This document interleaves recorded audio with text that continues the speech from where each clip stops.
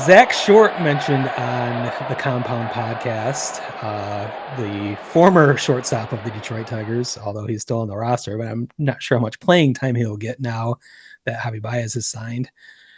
He mentioned that the Detroit Tigers are considering moving the walls in at Comerica Park. Some would say the cavernous Comerica Park.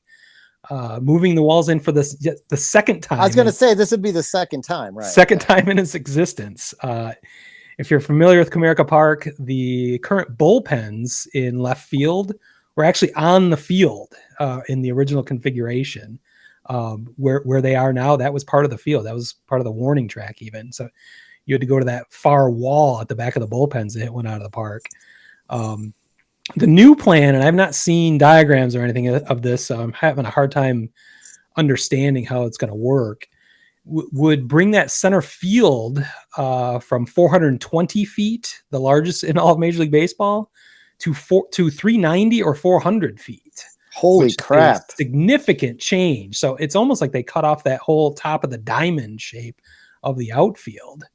I don't think it would affect the power alleys too much, but it would affect the straightaway center field, which you just can't hit a home run to straightaway center field. I mean, it's been done, but it is rare. I think it would be very interesting, and I'm not sure the thought process behind that. I think it's fun. I think everyone loves home runs. I worry about our young pitching staff and how they might deal with that.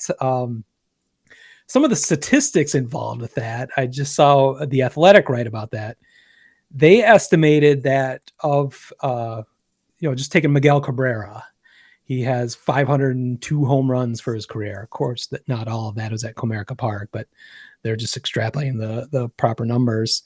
They're thinking he would have hit between 515 and 555 home runs if they had reasonable dimensions in center field that they're trying to create now at Comerica Park. So that's what a difference it would make. That is one reason why Nick Castellanos was happy to leave Detroit, to be traded. He hated Comerica Park. He hated hitting there because he knew his numbers were down.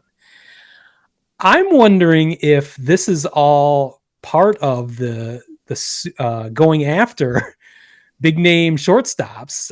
This plan may have been in the works. I'm sure it's been in the works for quite some time, but it may have been floated out to as they were going after Carlos Correa. Hey, we're going to move those walls in. Was that a deciding factor on Javi Baez deciding to go with Detroit? Hey, we're moving these walls in.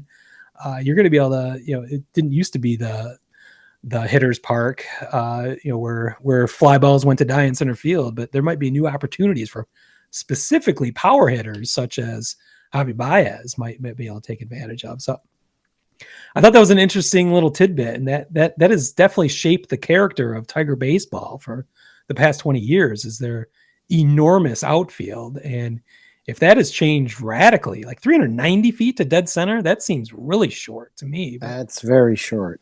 I don't know. Well, there's a weird thing in the power alley. The reason I think the power alleys wouldn't be affected is because there's a scoreboard built into the right field into the wall, where that's like really triples alley. That's why the ballpark's gotten known to be a triples hitter's haven. So I don't know. I guess they'd have to be removing that whole structure and moving that all in. So I'm having a hard time picturing how it all work, but it seems like a radical change. And I wonder if that has to do with luring free agents into Detroit. One thing that it has done is it's lured me into buying my first tickets for the 2022 season. I own tickets for the April 23rd game against the Colorado Rockies. Only because a family friend sent me an email saying he wanted to go and was wondering if I was interested. The Tigers are running a special deal that ended today, I think. Tickets are only $20 with no fees on top of that. So we were sitting down the first baseline near the foul pole for $20 a piece, which I nice. think is pretty low. So I'm a little worried about whether that game is actually going to happen. If we have a work stoppage, that could potentially be one of the games that were eliminated or replaced, or I don't know how they will handle that if the April schedule is affected. But we chose a late April weekend to go. That's the latest one. For fear of that, and the weather should be a little bit better at the end of April, hopefully. So that's my thought process. But so yes, I have purchased Detroit Tiger tickets because they're moving the walls in. Yeah.